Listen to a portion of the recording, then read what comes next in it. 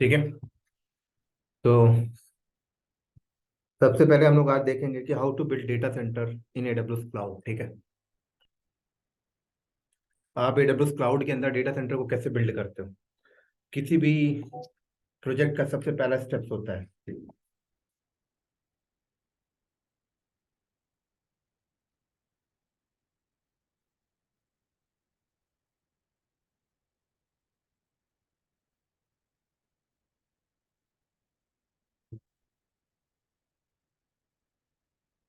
क्या सर?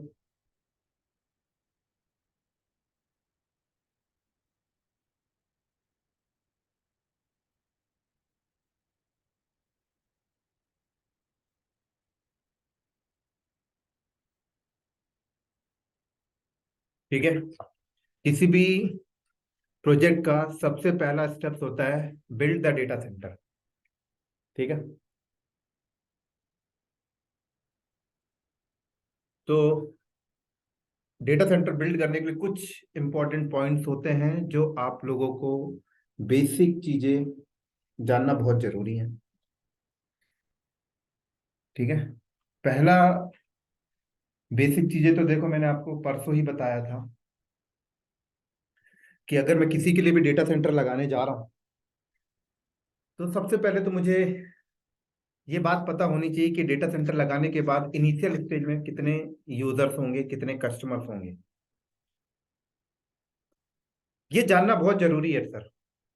जिस तरीके से आप अपना घर बनाते हो तो सबसे पहले आपको पता होता है कि मैं जो घर बना रहा हूं इस घर में कितने लोग रहेंगे, है ना? अगर आपके 5 to 6 मेंबर हैं आपके घर में तो आप 3 BHK प्लान करते हो।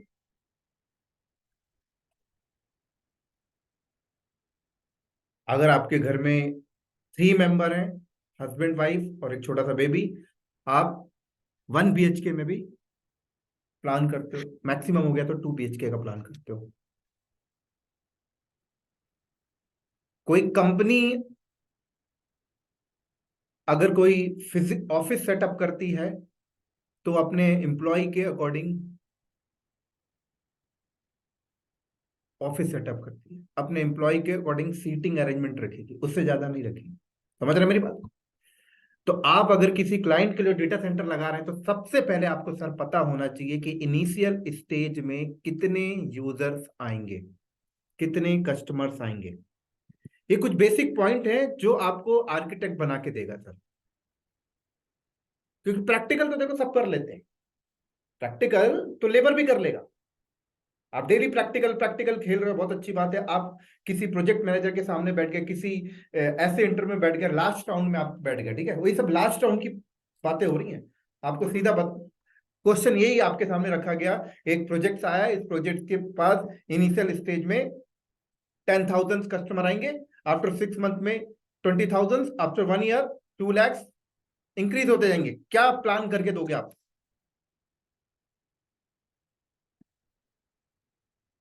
ये क्वेश्चन आपके सामने रखा गया है, किसी के पास आंसर? हाँ जी, है आप में से किसी के पास आंसर? No sir. कोई भी हो? 1 मिनट होल्ड करना, ठीक है।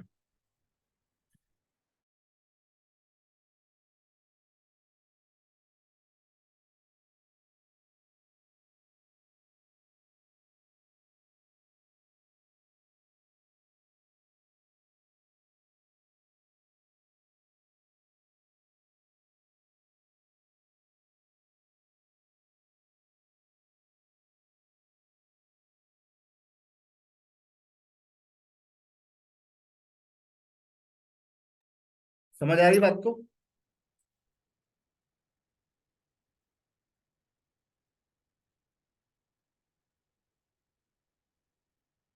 हाँ जी।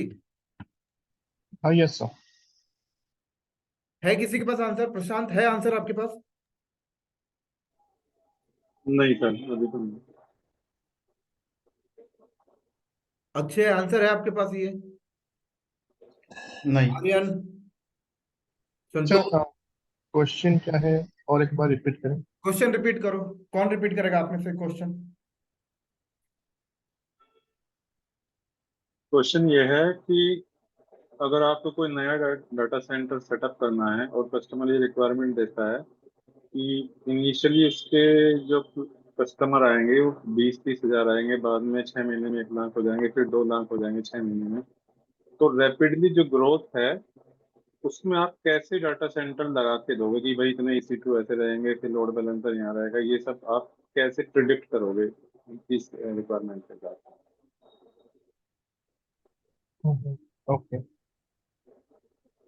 ग्रेजुअली, आई मीन वर्कलोड बढ़ेगा, ना कि एकदम से। ये तो और भी इजी है, मतलब अगर ग्रेजुअली वर्कलोड बढ़ रहा है तो ये तो इट्स ब्यूटी ऑफ क्लाउड कि आप ग्रेजुअली उनको नया डिप्लॉयमेंट मतलब ऐड कर सकते हो। जैसे मान लीजिए इनिशियली 20,000 कस्टमर्स आए, हमने देखा भी जैसे हम कल डिस्कस कर रहे थे कि जिस जिस रीजन रीजन में ज्यादा कस्टमर्स हैं, हमारा कस्टमर बेस जहाँ पे है, हम वहाँ डिप्लॉय करेंगे पहले। अगर हमें लगता है कि 2-3 रीजन इन्वॉल्व हो रहे हैं तो हम 2-3 रीजन में डिप्लॉय करेंगे। और जैसे जैसे यूजर्स आते रहेंगे, जैसे अगर हमने आगे लोड बैलेंसर लगाया हुआ है तो हम धीरे धीरे करके उनको स्केल आउट करते रहेंगे, हॉरिजॉन्टली स्केल करते रहेंगे अपने सर्वर्स को, जैसे जैसे यूजर बढ़ेंगे या अगर रिक्वायरमेंट बढ़ेगी तो हम नए रीजन में उनको डिप्लॉय करेंगे, डिपेंडिंग ऑन यूजर बेस कहाँ पर है। तो ग्रेजुअली ये तो मतलब अगर मेरे पास मैं डेटा सेंटर फिजिकली लगा रहा होता तो मुझे सोचना पड़ता कि हाँ भाई मुझे इतने सर्वर्स पहले से प्रोविजन करने पड़ेंगे, क्योंकि 6 महीने बाद दोबारा सर्वर्स खरीदने ना पड़े। पर अभी तो क्लाउड में ये है कि आपने शुरू में जितने आपके यूजर है उससे स्टार्ट करो, और फिर जब यूजर बेस बढ़ता जाएगा जिस रीजन से बढ़ेगा उस रीजन को इन्वॉल्व कर लेंगे, या फिर अपने ही रीजन में हम उसको हॉरिजॉन्टली स्केल आउट कर देंगे।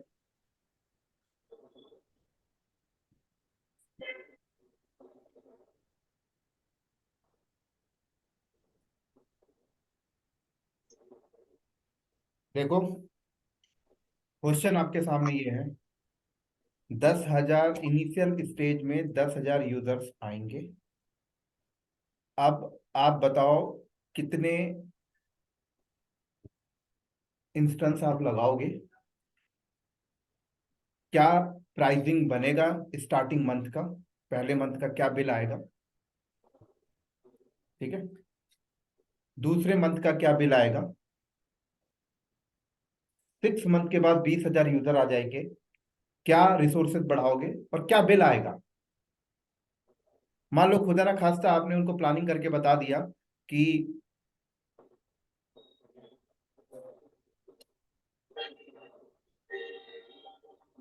$400 पर मंथ बिल आएगा सर। मान लो खुदा ना खास्ता आपने प्लानिंग करके बता दिया $400 यूजर बिल आएगा।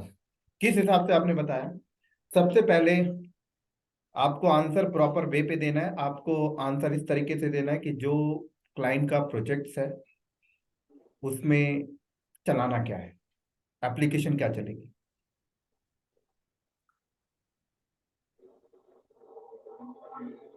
ट्रैफिक किस टाइप का होगा, है ना, ट्रैफिक किस टाइप का आएगा, क्या 2 टियर एप्लीकेशन होगी, 3 टियर एप्लीकेशन होगी, किस टाइप की एप्लीकेशन होगी, 2 टियर होगी, 3 टियर होगी, या किस टाइप की एप्लीकेशन होगी।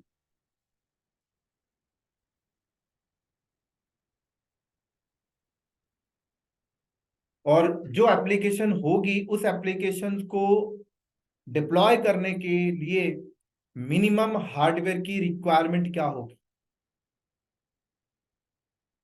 तो आपको आंसर ये देना है कि पहले हम एप्लीकेशन पता करेंगे, एप्लीकेशन किस टाइप की है, और जो एप्लीकेशन दी जा रही है उस एप्लीकेशन को डिप्लॉय करने के लिए मिनिमम हार्डवेयर की क्या रिक्वायरमेंट है, और उस एप्लीकेशन पे कितना परसेंट लोड आएगा तो कितना हार्डवेयर की रिक्वायरमेंट है, ये आप पहले प्रिडिक्ट करोगे सर।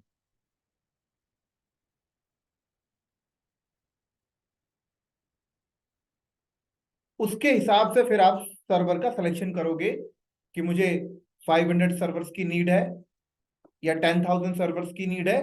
उसके बाद आप ये भी पूछोगे यूजर्स किस टाइप का डेटा जनरेट करेगा।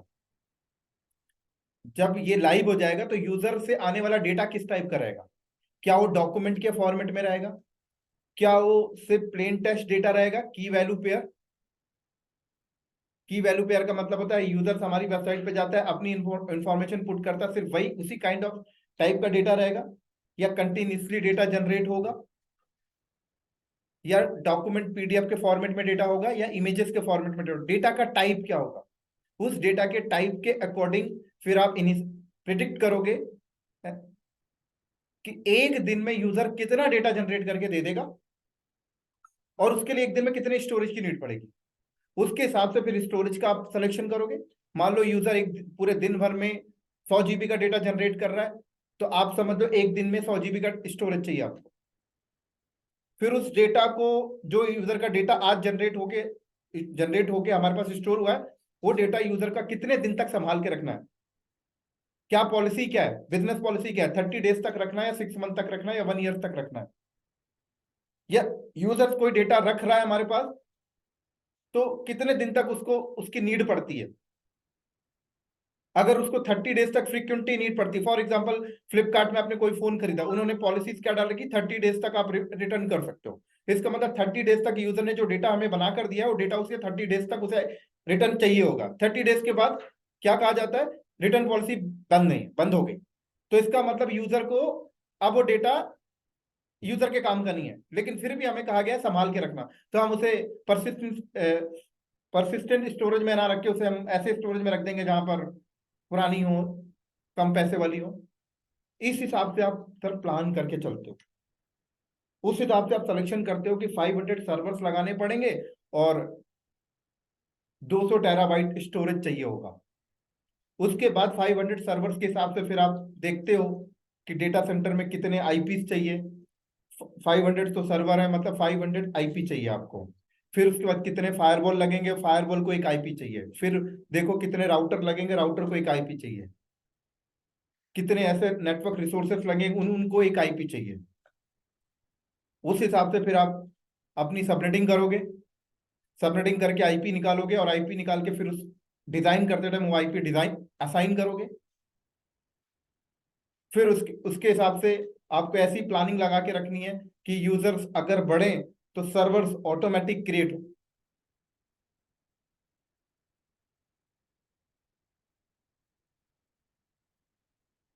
समझ आ रही बात?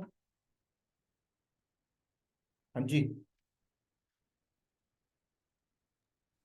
हाँ जी सर, समझ में आ रही है। अच्छा सर, एक क्वेश्चन मुझे और था कि एक जैसे, मिनट होल्ड करना। Sure sure.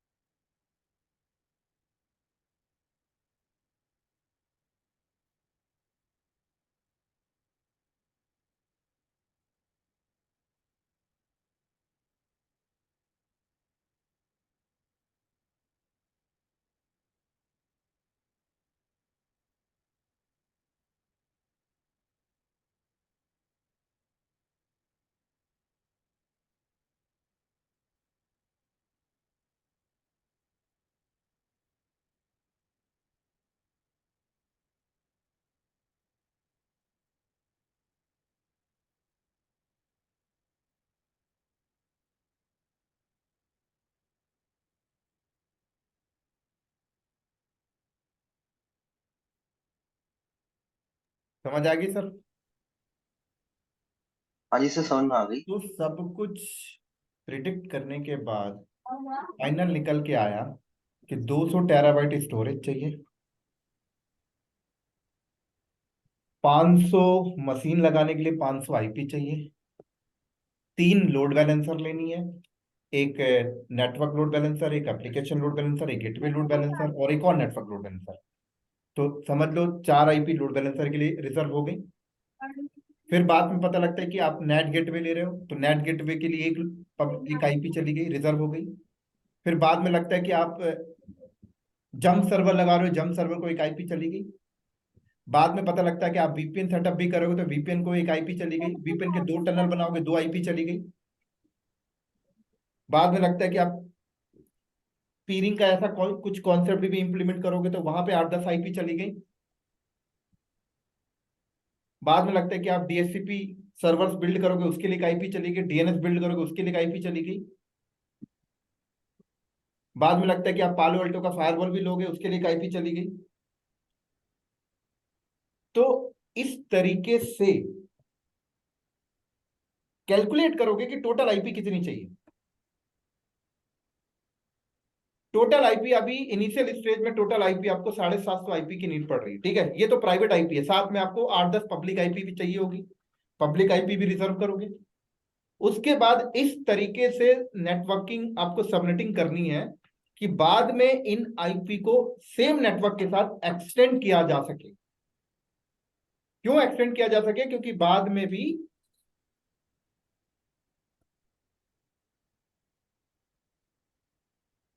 क्या हो सर, सेम नेटवर्क के साथ एक्सटेंड किया जा सके, क्योंकि बाद में भी सर्वर्स आएंगे। ऐसा ना हो, ऐसी प्लानिंग नहीं करके चलनी है कि आईपी आपने एक फिक्स आईपी ले ली है और बाद में आप उसे एक्सटेंड नहीं कर पा रहे, बाद में पता लगता है कि दूसरा नेटवर्क ही बनाना है। और मान लो अगर ऐसी सिचुएशन आ भी जाती है कि दूसरा नेटवर्क बनाना है, तो आपको पता होना चाहिए कि दूसरा नेटवर्क को कैसे मर्ज करना है।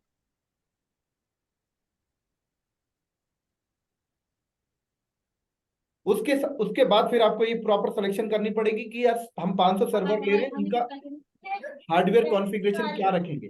500 सर्वर का हार्डवेयर कॉन्फ़िगरेशन क्या रखेंगे, एक सर्वर का क्या कॉस्ट आ रहा है, एक सर्वर का कितना कॉस्ट आ रहा है, कितनी बिलिंग आ रही है, लोड बैलेंसर की बिलिंग क्या है, 10 पब्लिक आईपी की बिलिंग क्या है, आपने वीपीएन का बिलिंग क्या है, नेट पालो अल्टो फायरवॉल लिया उसकी बिलिंग क्या है। सारी बिलिंग निकालने के बाद पूरा प्रपोजल बना के क्लाइंट को 3 दिन में देना है, और 3 दिन बाद फिर आपका प्रेजेंटेशन।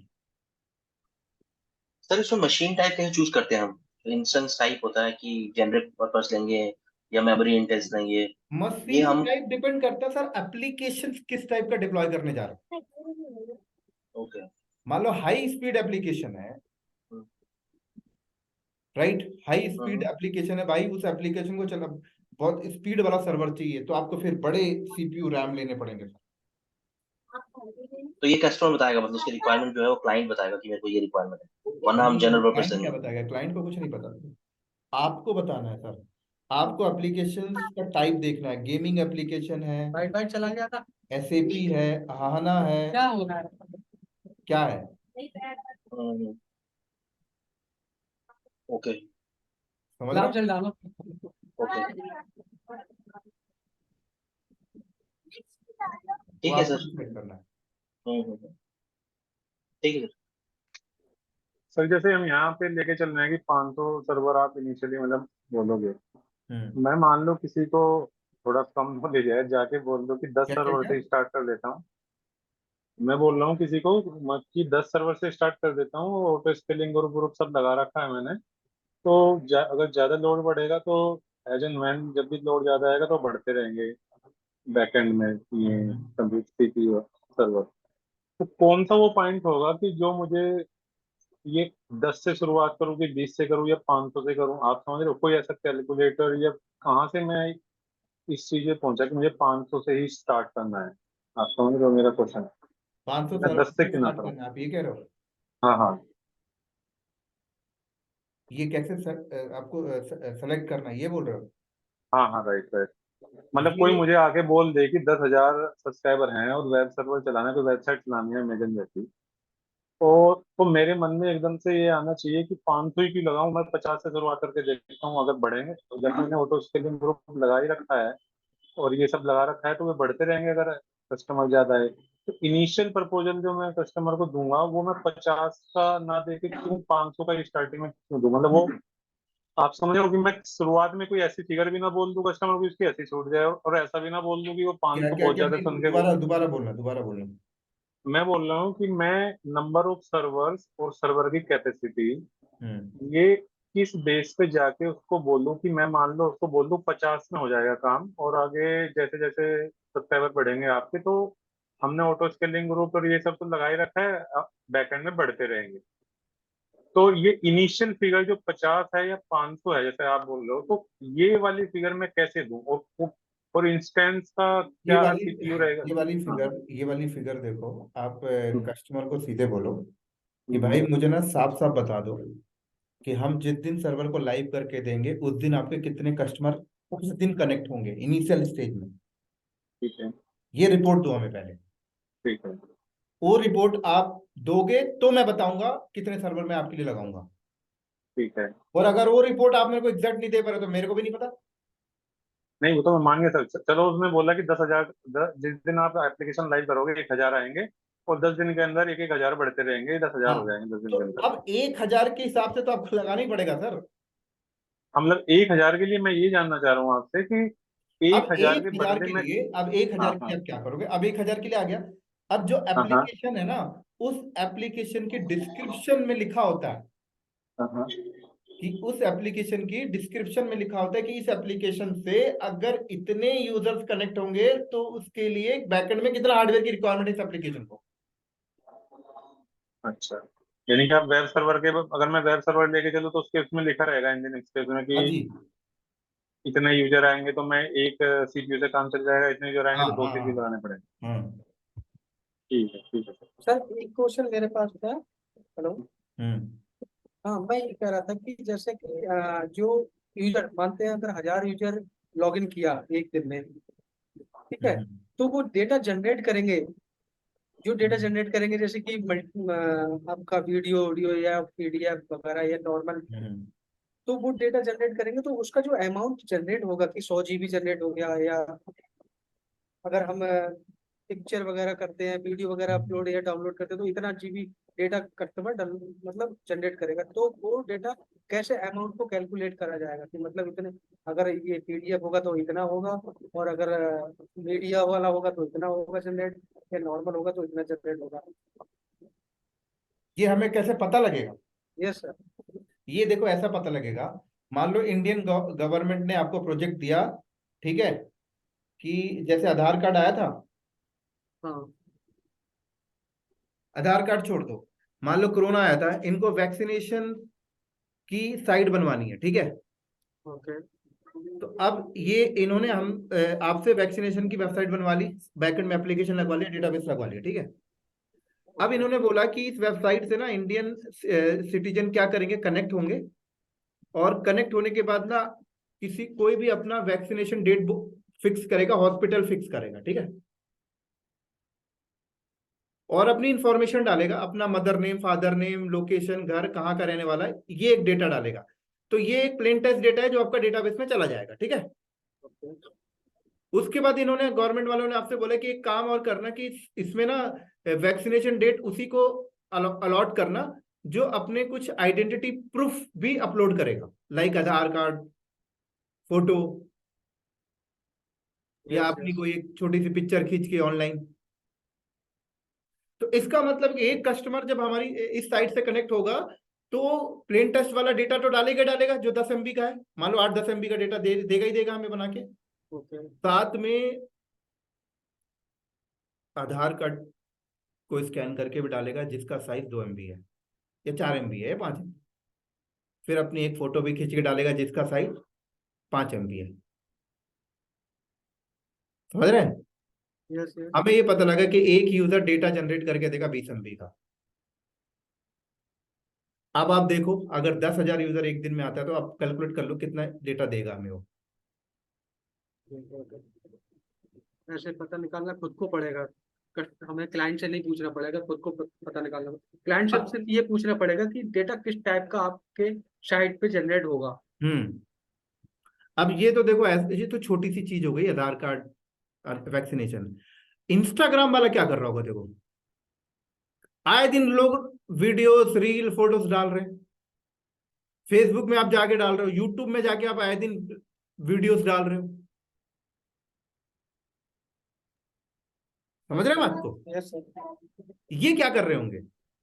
तो इन्होंने क्या किया है, इंस्टाग्राम वालों ने क्या किया है, इंस्टाग्राम वालों ने बोला कि एक यूजर पूरे दिन में 20 इमेज या वीडियोस डाल सकता है। कितना डाल सकता है? इन्होंने आपके अकाउंट में ना कोटा लगा दिया है कि भाई इंस्टाग्राम में कोई भी फोटोज डालेगा तो एक दिन में 20 डाल सकता है, 20 वीडियोस और 20 फोटो। और इन्होंने कंडीशन लगा दी कि अगर इमेज डाल रहा है तो 10 MB लास्ट लिमिट है, वीडियोस डाल रहा है 15 MB लास्ट लिमिट है। आप अगर 10 MB से ऊपर का फोटो डालोगे आपको बोल देगा भाई अलाउ नहीं है। आप 15 MB से ज्यादा का वीडियोस डालोगे, कहेगा अलाउ नहीं है।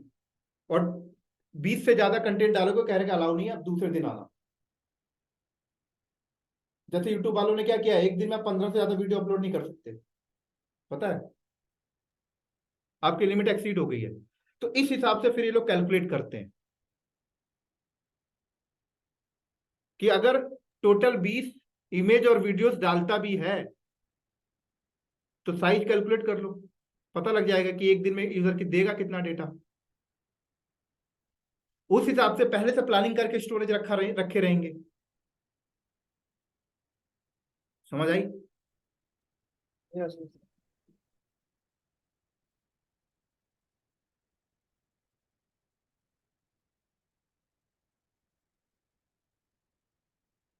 डाउट है किसी को और?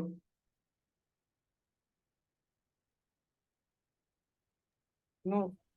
पूछना कोई क्वेश्चन?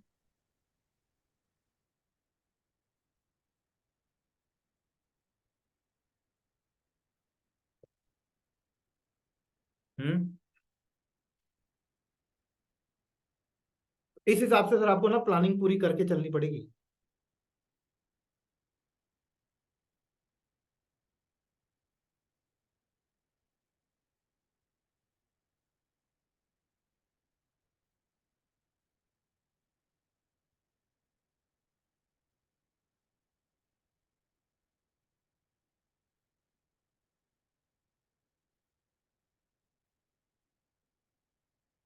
देखो किस तरीके से कैलकुलेट करते हैं प्राइस को।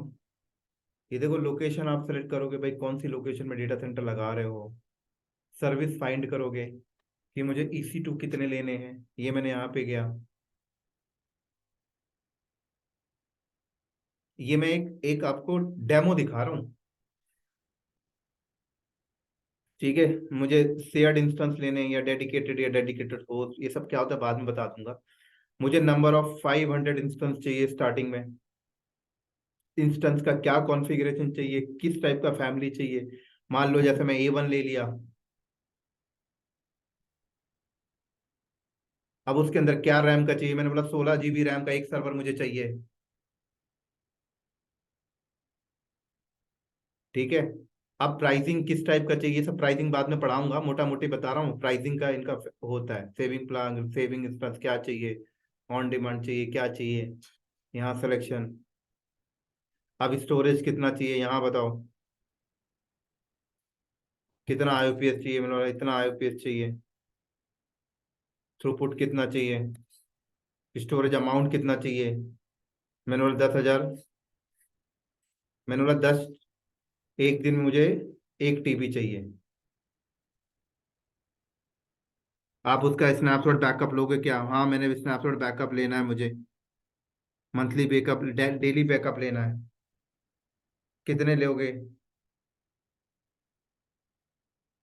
वो यहाँ पे बता दो, 10 GB। मॉनिटरिंग भी करवानी है क्या? हाँ, इनेबल मॉनिटरिंग कर लिया मैंने यहाँ पे।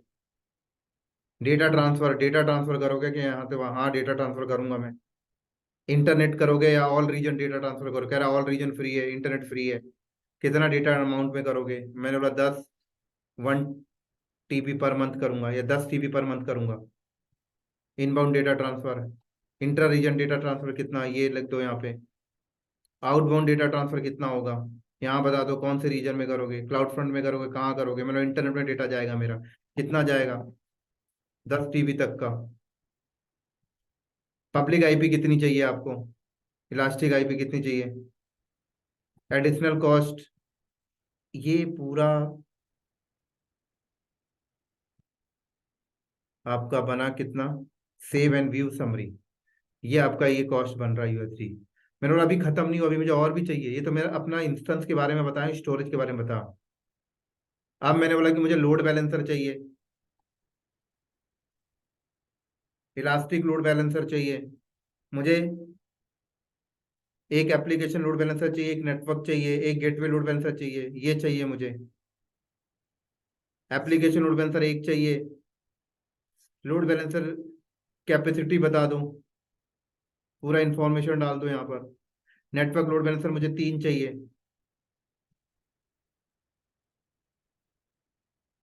और इंफॉर्मेशन आप मांग रहा है। गेटवे लोड बैलेंसर एक चाहिए मुझे, पूरा कॉस्ट बता दिया, सेव समरी किया। इंटर वैल्यू मांग रहा है, वैल्यू डाल दो, अभी 10 डाल दिया।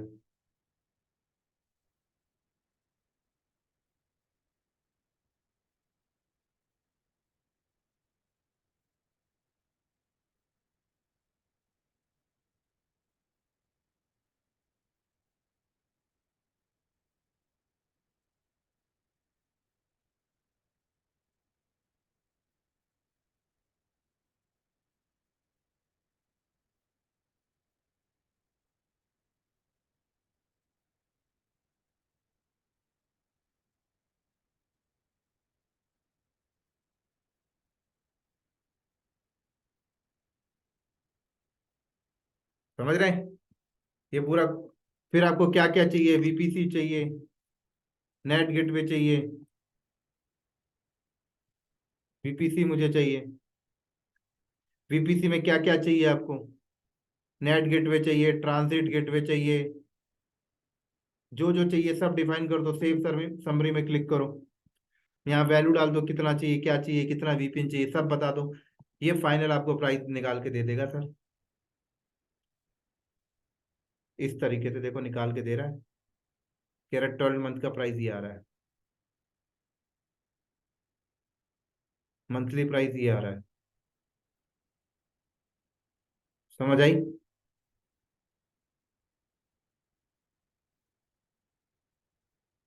हाँ जी। Yes sir. हाँ सर, रफ आइडिया मिल गया है। क्या? रफ आइडिया मिल रहा है ऐसे थोड़ा। ये रफ आइडिया तो देखो अभी मिल रहा है, जब सब कुछ पढ़ लोगे तो सब निकाल के दे दोगे सर। ठीक है सर। तो ये प्रोफेशनल बंदा जो होता है ना, वो पेश करेगा क्लाइंट के सामने, और ये सब डिपेंड करता है कि आप किस तरीके से समझा रहे हो, उस हिसाब से आपको प्रोजेक्ट मिलता है। 1 मिनट होल्ड करना, फोन आ।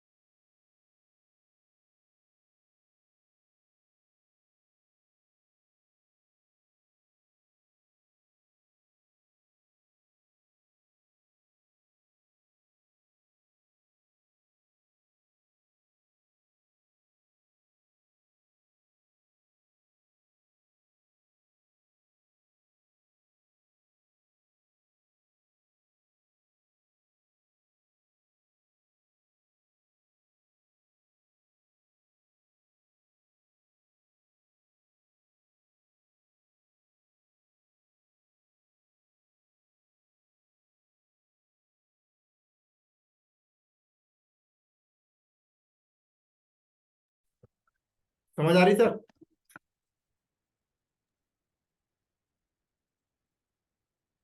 ये तो हो गया देखो AWS का चार्जेस, लेकिन जो प्राइवेट आईपी आपको कैलकुलेट करना है, जो आपको प्राइवेट आईपी कैलकुलेट करना है, ठीक है, उसके लिए आपको सबनेटिंग आनी चाहिए। क्या आनी चाहिए? सबनेटिंग।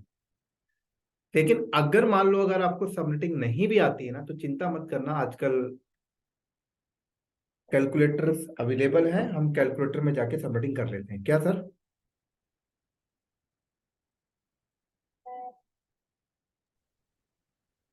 हाँ जी, क्या अवेलेबल है सर आजकल? ऑनलाइन कैलकुलेटर सबनेटिंग का। ऑनलाइन कैलकुलेटर अवेलेबल है सबनेटिंग के लिए आज के टाइम पे। लेकिन आपको एक बेसिक आइडिया होना चाहिए यार, आईपी एड्रेसेस क्या होता है, ये तो देखो आपको पता होना चाहिए।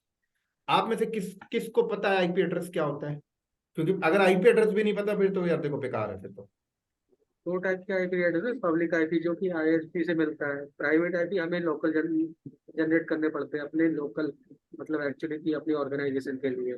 तो वो सी ए क्लास, बी क्लास, सी क्लास, इस तरह से मतलब डिवाइड किए होते हैं। तो 255 समथिंग जो होते हैं हमारे सी क्लास में होते हैं, 192 किसी हिस्से होते हैं। तो इसी तरह से वो रेंज सबनेट होता है ना, वो एक्चुअली जिसको हम बोलते हैं नेट मास्क, सबनेट मास्क, जो डिवाइड करते हैं हम नेटवर्क को। तो इस तरह से पूरा, मतलब पूरा हम कैलकुलेट करके मतलब आईपी असाइन करते हैं आईपी। क्या होता है? आईपी क्या होता है? एक्चुअली एक नेट प्रोटोकॉल को बोलते हैं, जो कि हम जैसे कि हमारे मोबाइल का नंबर होता है, इसी तरह हमें आईपी असाइन करते पड़ते हैं अपने नेटवर्क के लिए।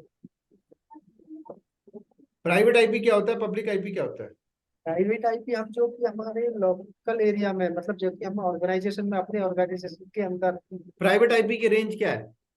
प्राइवेट आईपी की रेंज हमारी 3 रेंजेस है सर। तीन तीन range, class A, class B, class C वाले। Class C. और पब्लिक आईपी जो हमारा आईएसपी से मिलता है। 0 to 255। आईपी आईपी कितने टाइप के होते हैं? एक IPv4 होता है, एक IPv6 है सर। IPv6 होता है। एक IPv6 होता है, ठीक है। अब मुझे IPv4 का स्टार्टिंग और एंडिंग रेंज बता दो आप में से कोई भी। सर 1 डॉट से स्टार्ट होता है, 1.1 का पूरा नेटवर्क। 1 डॉट से स्टार्ट होता है, नहीं, हाँ 0 मतलब मतलब 1.0 जीरो से स्टार्ट होगा सर, 0.0 0.00। यहाँ से हाँ स्टार्ट होगा। हाँ, मतलब यहाँ से भी वैलिड आईपी है ये, एक प्राइवेट और पब्लिक रेंज खत्म का। कहाँ होगा? खत्म तो सर 255, 255, 255 डॉट हाँ 254 तक, मतलब 255 सारे जगह से ब्रॉडकास्ट बन जाएगा ये। सारे 255 बनेगा तो ब्रॉडकास्ट आईपी हो जाएगा ये। बट यहाँ पे खत्म होगा? 1, सॉरी, खत्म यहाँ पे होगा आप बोल रहे हो? नहीं सर, आईपीज ना क्लासिफाई किए हुए हैं। क्लास 1 के अंदर एक रेंज है नहीं शायद। नहीं, मैं अभी वन, क्लासेस नहीं पूछ रहा, मैं पूछ रहा हूँ टोटल आईपी स्टार्टिंग और एंडिंग रेंज बता दो मुझे बस। हाँ वो तो तो उसमें बाद क्या में होता है ना क्लासेस कि बनाई यूजेबल, गई है ना। यूजेबल क्लासेस आईपी जो है ना शायद मैं बताऊं। क्लास। सर, 00 से लेके सर मैं 255 क्लासेस तक नहीं सब पूछ सब। रहा हूँ, 00 से लेके 255 तक सर। मैं आईपी कहाँ से स्टार्ट हुई है? एक क्लास की आईपी होती है 0 से लेकर 126 मैं तक। क्या बोल रहे हो भाई, मैं क्लासेस नहीं पूछ रहा हूँ 255 डॉट आपसे। 255.255। मैं पूछ रहा हूँ टोटल स्टार्टिंग रेंज कहाँ सर से चार स्टार्ट हुई, बार जीरो, खत्म कहाँ 4 हुई? बार 0 से लेके हाँ 4 ये बार पूछ रहा हूँ, 255। यस। ये पूछ रहा हूँ मैं। हम्म ये क्लासेस क्या बता रहे हो, ये पूछ रहा हूँ आईपी यहाँ से स्टार्ट यहाँ पे एंड हुई। हम्म। अब इसमें क्लासेस बनाई गई, अब इन्होंने बनाया क्लास ए, अब इन्होंने बनाया क्लास बी, अब इन्होंने बनाया क्लास सी, अब इन्होंने बनाया क्लास डी, अब इन्होंने बनाया क्लास ई। अब बताएगा कोई मेरे से इन्होंने क्लासेस क्यों बनाई, जब ऑलरेडी आईपी तो थी, इन्होंने क्लासेस में क्यों डिवाइड की? सर क्लासेस में इसलिए डिवाइड की कि कुछ इनको रिसर्च और उनके अलग अलग सेक्शन के लिए चाहिए थी, कोई कॉमर्शियल के पर्पज के लिए चाहिए थी, कौन कोई। देगा मेरे को परफेक्ट आंसर? भाई रिजर्व तो ऐसे ही 800 200 2-3 हजार आप ऐसे निकाल के रिजर्व कर लेते हो लोग, कौन रोकने जाता है उनको? नहीं ऐसे सर, इसमें बोल क्या के था कि पूछो। जो जो ये एक्चुअली क्या रेंज है ना, है, ये बहुत छोटी रेंज है। ये पब्लिक आईपी पे अगर ऐसे असाइन करते तो 4.5 मिलियन डिवाइस ही एनफ पड़ता है ये। तो इन्होंने प्राइवेट आईपी का और पब्लिक का कॉन्सेप्ट इसीलिए लाया कि हम एक ऑर्गेनाइजेशन के अंदर एक राउटर के पीछे कितने भी आईपी बैठा देंगे, और हम्म इन सर्टेन क्लासेस में से कुछ रेंज, छोटी छोटी रेंज हम्म पब्लिक प्राइवेट के रूप में लोगों को बांट दिया कि इनको आप खेलने के लिए ऐसे यूज कर सकते हो, और बाकी जो पब्लिक आईपी इनके अलावा जो भी कोई रेंज रहेगा उनको हम सेल करेंगे आईएसपी को, और आईएसपी इन फर्दर आप लोगों को सेल करेंगे, ऐसा है। नंबर ऑफ नेटवर्क बिट और नंबर ऑफ होस्ट बिट्स के हिसाब से सर शायद क्लासिफिकेशन क्या था कि नंबर ऑफ नेटवर्क बिट कितने रहेंगे तो क्लास ए होगा। जैसे मान लो number of Correct. Network bit अगर 8 रहेंगे तो क्लास ए होगा, अगर नेटवर्क बिट 16 हो जाएंगे तो क्लास बी होगा, अगर नेटवर्क बिट 24 हो जाएंगे तो क्लास सी होगा। हाँ सर, अगर आपको नेटवर्क कम चाहिए और वो आईपी ज्यादा चाहिए अंदर तो क्लास ए ले लो, और अगर आपको नेटवर्क का ज्यादा और होस्ट वो कम चाहिए तो सी लो। हाँ हर कम होस्ट कम चाहिए तो क्लास सी ले लो। इस तरह से का इनका कॉन्सेप्ट है मैडम का। देखो क्या हुआ, क्लासेस बनाने का जो रीजन था ना सर, क्लासेस इन्होंने क्यों बनाया पता है? अब एक बात आप मुझे बताओ, इंडिया क्षेत्रफल में कितना बड़ा है? इंडिया किस कोने से स्टार्ट होता है और किस कोने में खत्म होता है? कौन बताएगा? कश्मीर टू जम्मू कन्याकुमारी। कश्मीर से है ना? कन्याकुमारी। अब और मान लो अगर इंडिया के अंदर ये स्टेट का कॉन्सेप्ट नहीं होता, डिस्ट्रिक्ट का कॉन्सेप्ट नहीं होता, ब्लॉक का कॉन्सेप्ट नहीं होता, डिवीजन का कॉन्सेप्ट नहीं होता, सिर्फ होता इंडिया, और जिसके घर है उस घर के मकान नंबर होते बस, ठीक है? उसके बाद में आपसे बोलता है कि ये फलाना मकान नंबर है इंडिया में, जाओ ढूंढ लो। क्या करते आप? अब मैं आपको ये नहीं बता रहा हूँ कि वो मकान कहाँ है, कहाँ पे है इंडिया में, कितना टाइम लगता है ढूंढने में सर, परेशान हो जाते हैं आप। अब ये एक एरिया है, इसमें 10,000 लोग इस भीड़ में है, ठीक है? इसमें आपका एक रिश्तेदार है, वो मिल नहीं रहा, क्या करोगे आप ढूंढते ढूंढते परेशान हो जाओगे। समझ लो यही ऐसे ही कुछ है यहाँ पर। ये क्या है? ये इंडिया है। यहाँ पे ना तो स्टेट का कॉन्सेप्ट है, ना डिस्ट्रिक्ट का, ना डिवीजन का, कुछ नहीं। सिर्फ क्या है, लोगों के घर है, मकान नंबर है, आपको सिर्फ मकान नंबर दे दिया गया, कहा गया ये इंडिया, आप ढूंढ के दिखा दो। आप ढूंढ तो लोगे, टाइम बहुत लगेगा। तो इसके अंदर कुछ 4 मिलियंस के करीब आईपी आता है। अब ये एक कंप्यूटर है, ये एक कंप्यूटर है, ये एक कंप्यूटर है, ठीक है? इस कंप्यूटर में क्या किया गया हमने, इस कंप्यूटर में एक आईपी पड़ी है 10.0.0.100। इस कंप्यूटर में एक आईपी पड़ी है सर 20.0.0.100। इस कंप्यूटर में एक आईपी है 30.0.0.100। अब ये कंप्यूटर इससे बात करना चाहता है, अब ये कंप्यूटर इसको डेटा भेजना चाहता है। अब ये निकल गया सर, ये कंप्यूटर यहाँ से निकल गया डेटा लेके। ये ढूंढता रहेगा, ढूंढता रहेगा, लूप बन जाएगा, ढूंढता रहेगा, ढूंढ ही नहीं पाएगा, इतना टाइम लगेगा पता नहीं।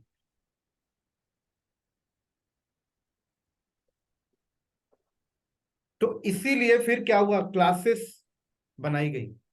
आप ये सारी चीजें आपकी पर्सनल लाइफ से कोरिलेट करती हैं।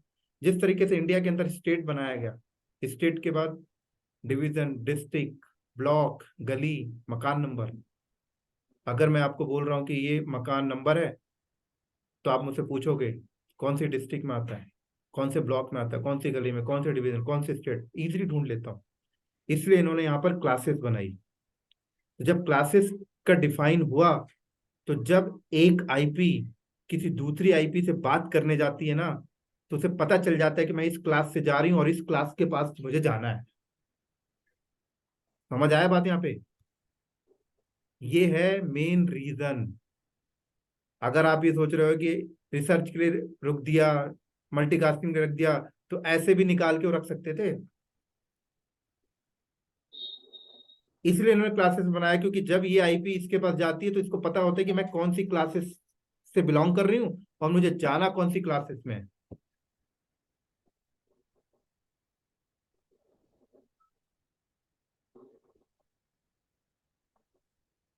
समझ आई? हाँ जी, यस यस। कंफर्म करो सब लोग। Yes sir, yes sir.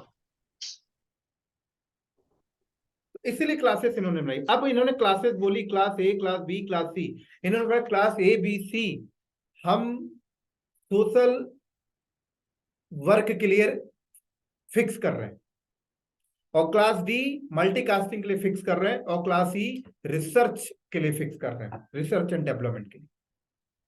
तो सोशल वर्क के लिए class A B C use होता है sir, A B C. Multicasting करना मीडिया इंडस्ट्री हो तो क्लास डी मिलेगा आपको, नहीं तो नहीं मिलेगा। कोई डेवलपमेंट है, रिसर्च वाले हो तो आपको ई मिल जाएगा, नहीं तो नहीं मिलेगा। सोशल वर्क मतलब यही जीमेल फेसबुक सब क्या है, क्लास हम तुम सब किस पे कनेक्ट होते हैं, क्लास ए बी सी, यही होगा और क्या होगा। अब कहा गया ये आईपी तो ठीक है, लेकिन ये आईपी हम बेचेंगे सर, हम इसको बनाए तो हम पैसे में देंगे सर, फ्री में किसी को नहीं देंगे। इसीलिए सारी आईपी बिकती है सर। लेकिन बाद में बात यह आई कि आप बेचोगे तो ठीक है, लोगों को पहले समझाओ तो, डेमो तो दो कि आईपी का यूज क्या होता है। जब तक आप लोगों को डेमो ही नहीं दोगे तो लोग आईपी खरीदेंगे कैसे। तब उन्होंने डेमो के लिए आईपी का रेंज निकाल दिया, क्लास ए से एक रेंज निकाला, कहा ये डेमो के लिए ले जाओ फ्री में यूज कर लेना। क्लास बी से एक रेंज निकाला, बोला ले जाओ फ्री में यूज कर लेना। क्लास सी से बोला ले जाओ फ्री में यूज कर लेना, कोई चार्जेस हम इससे नहीं लेंगे। तो अब कंपनी क्या करती है, उन्हीं फ्री आईपी को ले जाके अपना लोकल एरिया नेटवर्क बनाती है और अपने सर्वर्स में डालती है, क्योंकि कोई चार्जेस नहीं लगते, जिसको आप कहते हो प्राइवेट आईपी। वो फ्री आईपी है सर, आईएसपी इसको फ्री में दे रही है दुनिया को, ले जाओ सब लोग अपने घर पे लगा लेना। लेकिन उसके अलावा अगर कुछ भी लोगे पेड है। इसीलिए आप क्लास ए में से 10 का जो सीरीज है ना वो फ्री है, 11 लेके दिखा दो, देगा ही नहीं आईएसपी। लगा लो आप अपने लोकल एरिया में, कभी बाहर निकलोगे पकड़ लेगा आपको तुरंत, क्योंकि 11 किसी को बेच रखा है उसने, 9 किसी को बेच रखा है। तो ये बेसिक कॉन्सेप्ट आपके पास होना चाहिए सर। आप अगर प्रोजेक्ट मैनेजर हो, आपको ये आइडिया नहीं है कि यार सेटअप लगवाना है कुछ भी ले लो, क्या कुछ भी का मतलब क्या, आपका जूनियर मान लो 9 का सीरीज में लगा दे, सही कर रहा है क्या, चलने का तो चल जाएगा। बाद में अगर अभी कोई सर्वर आप तो बाहर निकला, आप फंस जाओगे सर, कॉन्फ्लिक्ट हो जाएगा। समझ आ गई। तो सर इस केस में होता क्या है कि मैंने मान लिया गलती से लगा दिया, तो वो कब पता चलेगा कि ये गलत है, या कैसे कॉन्फ्लिक्ट कैसे भी पता लगता है? सर एक बात बताओ, मैंने एक गाड़ी खरीदी, ठीक है, गाड़ी में मैं नंबर प्लेट तो कुछ भी लगा सकता हूँ ना सर, राइट। कब पता लगेगा बताओ। जब कहीं जब कहीं जाओ। पकड़े जाऊंगा तो स्कैन करेगा, उनके डेटाबेस में नहीं आएगा वो नंबर, बिल्कुल। धर लेगा फिर मेरे को। हम्म, तो मैं पहले ही, मेरे को रूल पता है ना सर, कि मैं नंबर लूंगा आरटीओ से इशू कराऊंगा। हम्म, एक बात बताओ सर, वो छोड़ दो, नंबर प्लेट छोड़ दो, मैं जमीन खरीदा हूँ 500 गज की, हम्म, भाई मेरी जमीन कोई छीनने आएगा क्या। लेकिन फिर मैं गवर्नमेंट के पास जाके रजिस्ट्री कराता हूँ, रजिस्ट्री की फीस देता हूँ, क्यों दे रहा हूँ, क्योंकि मेरी जमीन की इंफॉर्मेशन गवर्नमेंट के पास भी हो जाए स्टोर, जिससे कि कभी कोई मेरा हड़पता है तो मैं लड़के ले लूं। समझ आ रही मेरी बात यहाँ पे। राइट। आप पट्टा क्यों बनवाते हो, रजिस्ट्री क्यों बनवाते हो, आप खुद वैलिड होना चाहते हो। तो आप कभी भी ऐसी फेक आईपी पे नहीं लगाओगे सेट, जो आगे पकड़े जाओ आप। समझ आ गई। तो आज की क्लास यहीं पे स्टॉप करते हैं, बाकी कल मिलेंगे, ठीक है। Okay sir, good night. Okay.